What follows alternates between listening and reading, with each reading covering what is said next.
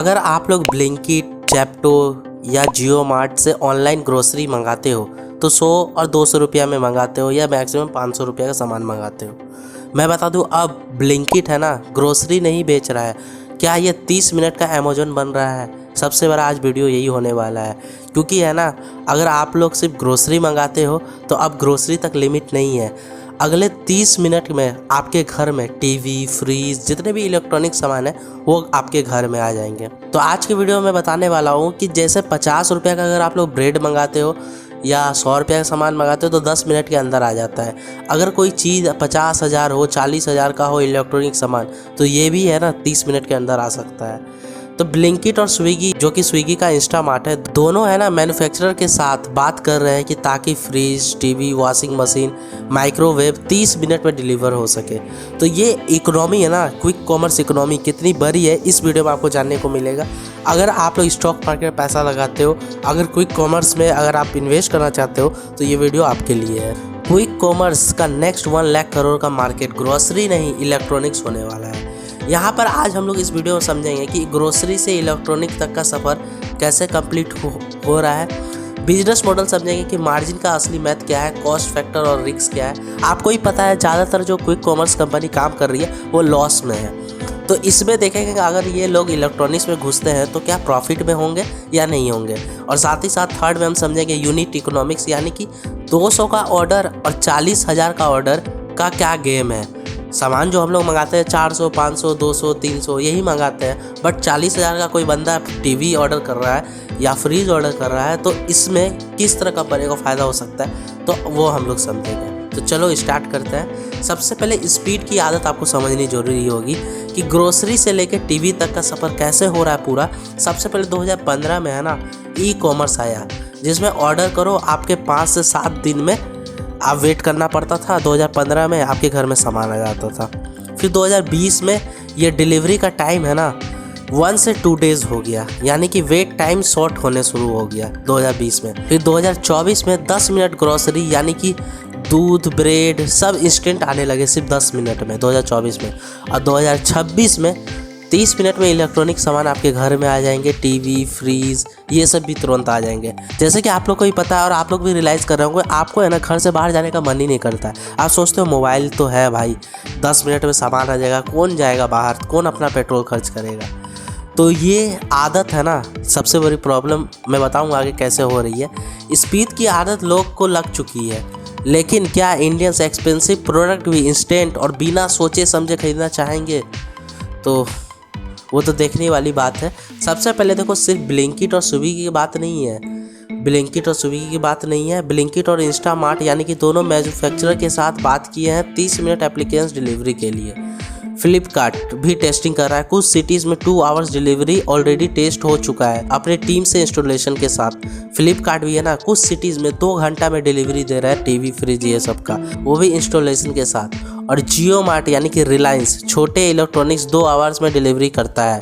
Expand करने का plan है, इसको भी जियो मार्ट भी इलेक्ट्रॉनिक सामान दे रहा है। अमेज़न ट्रेडिशनल और ई कॉमर्स से भी फास्ट डिलीवरी रेस में प्रेशर फेस कर रहा है, वॉचिंग में है। तो बात कौन कर रहा है? ब्लिंकिट और इंस्टामार्ट।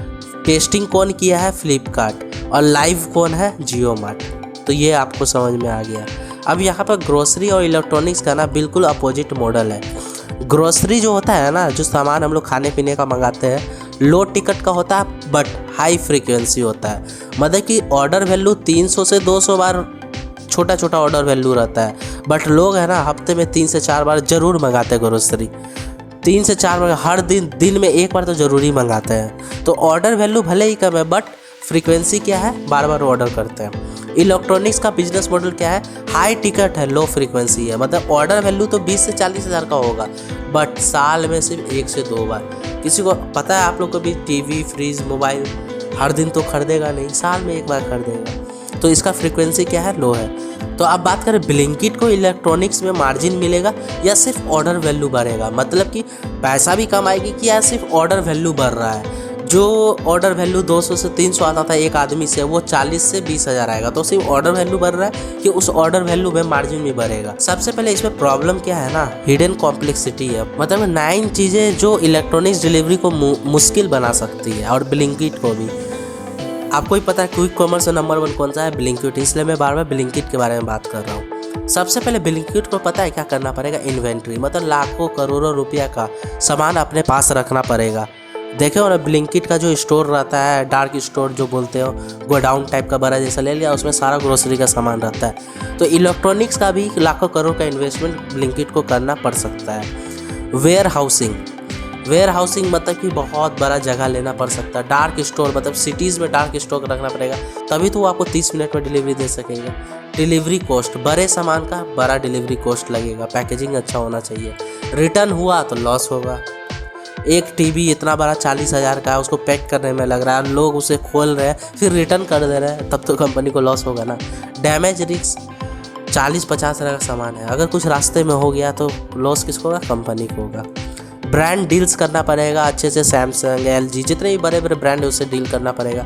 फिर फाइनेंसिंग, ईएमआई वाला सिस्टम लाना होगा। आपको भी पता है लोग टीवी खरीदते हैं चाहे फ्रिज करते हैं, उसे ईएमआई में लेते हैं दुकान में जाके, तो यहाँ भी उनको ये सिस्टम लाना पड़ेगा।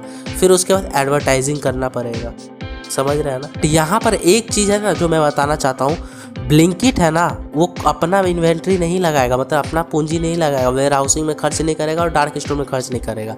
ये बात कर रहा है बड़े बड़े ब्रांड से कि भाई जो आपका स्टोर है ना, जो वेयर हाउस है, हर सिटीज़ में है, सैमसंग का, एलजी का गोडाउन है, तो वो बोल रहे हैं कि मैं ये सब में खर्च नहीं करूँगा, आपके साथ मैं टाई अप कर लेता हूँ और आपके साथ मैं ये सारा मतलब कि डिलीवरी का काम करूँगा।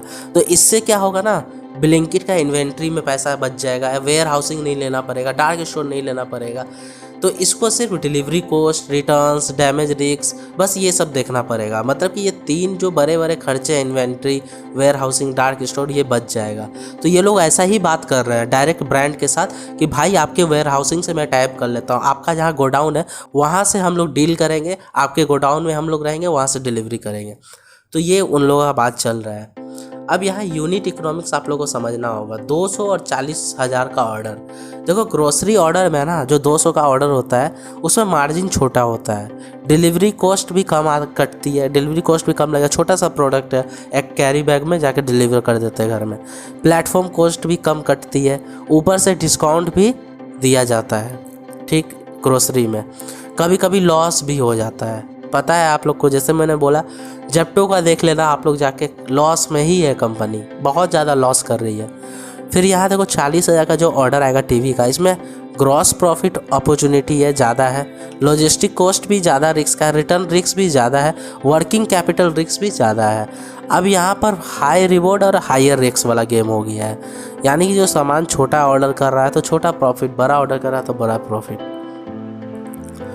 ये सिर्फ बिजनेस का गेम नहीं है। 11.5 बिलियन यानी कि quick commerce industry size in India ना करीब 95,000 करोड़ का पहुंच गया है। लेवल मिनिस्ट्री ने क्विक कॉमर्स कंपनी को ऑफिशियली बोला है कि अपनी 10 मिनट डिलीवरी की टाइम लिमिट हटाओ ताकि डिलीवरी राइडर्स पर प्रेशर कम हो।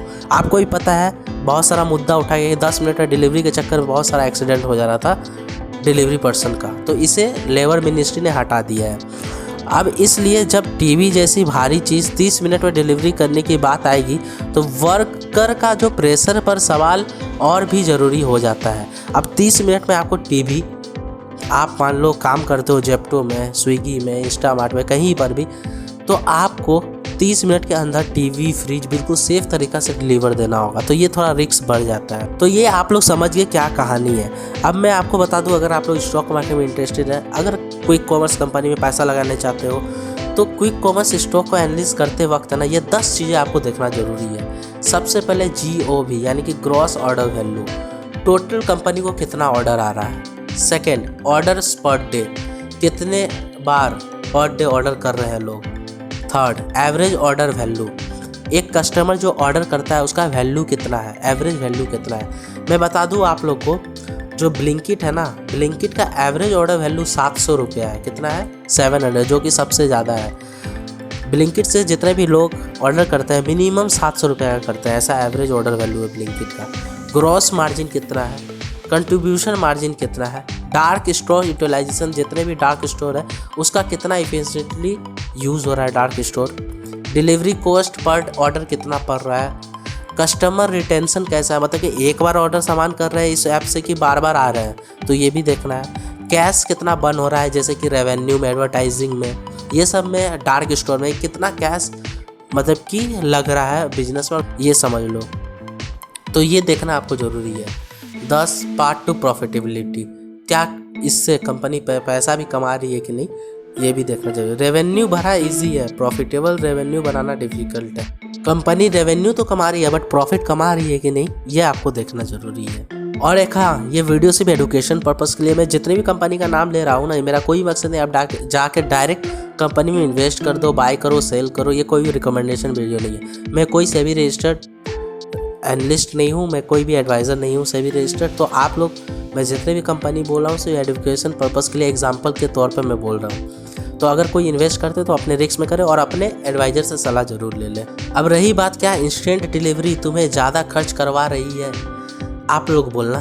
200 इम्पल्स परचेज 10 मिनट में, मान के चलो आप 200 रुपया में कोई भी सामान सिर्फ 10 मिनट में, no waiting time, less friction, more consumption. मतलब कि आप सोचो अगर आपको अभी कुछ ऑर्डर करना हो तो आपके 30 मिनट के अंदर, 10 मिनट तो नहीं, 10 से 30 मिनट के अंदर आपके घर में सामान आ जाता है। तो ये हैबिट क्या आपको ज़्यादा पैसा खर्च करवा रही है? ज़रूर हाँ करवा रही है। क्विक कॉमर्स सिर्फ डिलीवरी स्पीड नहीं बदल रहा है, ये हमारी स्पेंडिंग साइकोलॉजी भी चेंज कर रहा है। और मैं आपको बता दूं, आप खुद ही ऐसा एनालिसिस करना। आप है ना, जो बाहर पहले 1000 रुपये का सामान राशन की दुकान से लेते थे, अब आपका खर्चा है ना वो 1000 2000 हो गया होगा, क्योंकि जल्दी जल्दी आप ऑर्डर कर रहे हो ना, और बहुत सारे चीज़ वहाँ पर रहते हैं तो आपका मन करता है खाने का, तो वहाँ से ऑर्डर कर लेते हैं क्योंकि वहाँ डिस्काउंट रहता है। जब टीवी खरीदने के लिए सोचना, कंपेयर करना, सेव करने का टाइम ही नहीं मिलेगा, क्या तुम बेटर फाइनेंशियल डिसीजन लोगे या इमोशनल डिसीजन लोगे? अब टीवी आपके सामने आ गया, आपको टीवी खरीदना है अगले 30 मिनट में, तो क्या आप उसको कंपैरिजन करोगे, यानी कि उसे सोच समझ के उस पर फीचर्स देखोगे या डायरेक्ट ऑर्डर कर लोगे? तो वो मुझे कमेंट करके बताना। तो इंडिया में शॉपिंग का मीनिंग ही चेंज हो रहा है। आज हम ब्लिंकिट से 50 का दूध ऑर्डर कर रहे हैं, कल अगर 50,000 का टीवी भी 10-30 मिनट में आ गया तो क्वेश्चन ये नहीं होगा कि क्विक कॉमर्स कितना फास्ट है, क्वेश्चन ये होगा कि शॉपिंग का मीनिंग ही कितना चेंज हो चुका है। तो आप लोग कमेंट करके मुझे बताना, क्या आप खरीदोगे? तो मैं देखता हूँ कितने सारे लोग क्या बोलते हैं, क्या उनका ओपिनियन है, तो मुझे कमेंट करके जरूर बताना। कैसा लगा ये वीडियो? चैनल को लाइक करो, सब्सक्राइब करो, अपने फैमिली फ्रेंड्स मेंबर में शेयर जरूर कर देना। आई होप मेरी ये वीडियो आपको अच्छी लगी। मिलते हैं आप लोग से नेक्स्ट वीडियो में, तब तक के लिए जय हिंद, जय भारत, जय जय श्री राम।